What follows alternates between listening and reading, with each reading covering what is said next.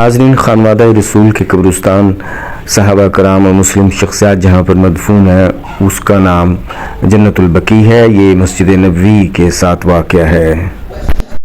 پس بندہ نے جنت البقیع کی زیارت سے پہلے نماز فجر مسجد نبوی میں ادا کی۔ سنیے خوبصورت لحن میں اذان فجر۔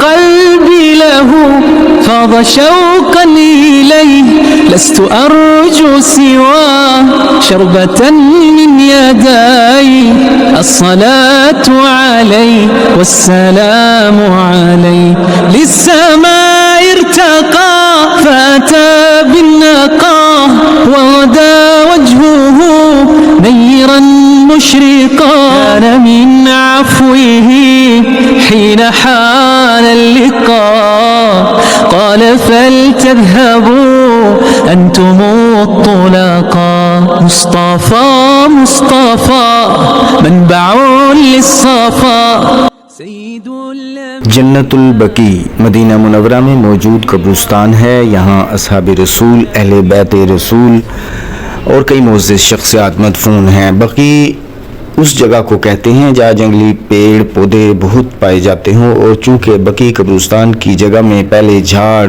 اور کانٹے اوسیج یعنی غرقد کے پیڑ بکثرت تھے، اس لیے اس قبرستان کا نام بقیع غرقد پڑ گیا۔ یہ قبرستان مدینہ منورہ کی آبادی سے باہر مسجد نبوی شریف کے مشرقی سمت میں ہے۔ اس کے ارد گرد مکانات اور باغات ہوا کرتے تھے جو اب نہیں ہیں، اور تیسری صدی میں جو مدینہ منورہ کی فصیلی دیوار تعمیر ہوئی تھی اس سے یہ ملا ہوا تھا۔ اس فصیل کو بار بار تعمیر کیا گیا، جن میں آخری دفعہ عثمانی ترکی دور میں سلطان سلیمان قانونی کے زمانے میں ہوئی۔ پھر اس جگہ پر امن قائم ہوا تو اس فصیل یعنی دیوار کو منہدم کر دیا گیا۔ پھر مسجد نبوی شریف کی آخری توسیع، اس قبرستان اور مسجد نبوی شریف کے درمیان جو مکانات تھے ان سب کو منہدم کیا گیا، اور درمیان میں ایک محلہ آباد تھا جو مسجد نبوی اور جنت البقیع کے درمیان تھا۔ اس محلے کا نام اغوات تھا۔ مسجد نبوی شریف کے مشرقی سمت میں اب یہ بقیع قبرستان مسجد نبوی شریف کے خارجی صحن سے مل گیا ہے۔ رسول اللہ صلی اللہ علیہ وآلہ وسلم اور حضرات مہاجرین رضوان اللہ اجمعین نے جب مدینہ منورہ کو ہجرت کر کے اپنا مسکن و وطن بنایا تو اس شہر میں مزید تعمیرات ہوئیں۔ اس وقت رسول اللہ صلی اللہ علیہ وآلہ وسلم نے ارادہ فرمایا کہ کوئی مناسب جگہ ہو جہاں پر مسلمانوں کی تدفین کی جا سکے، اور آپ جنت البقیع کی جگہ پر آئے اور آپ نے فرمایا مجھے اس جگہ کا حکم ہے کہ یہاں پر قبرستان بنا دیا جائے۔ اس روایت سے معلوم ہوا کہ اللہ تعالیٰ نے آپ رسول سیدنا حضرت محمد مصطفیٰ صلی اللہ علیہ وآلہ وسلم کو اس جگہ مسلمانوں کا قبرستان بنانے کا حکم فرمایا تھا، اور یہیں سے یعنی اس جگہ سے بقیع قبرستان کی فضیلت کی ابتدا ہوئی۔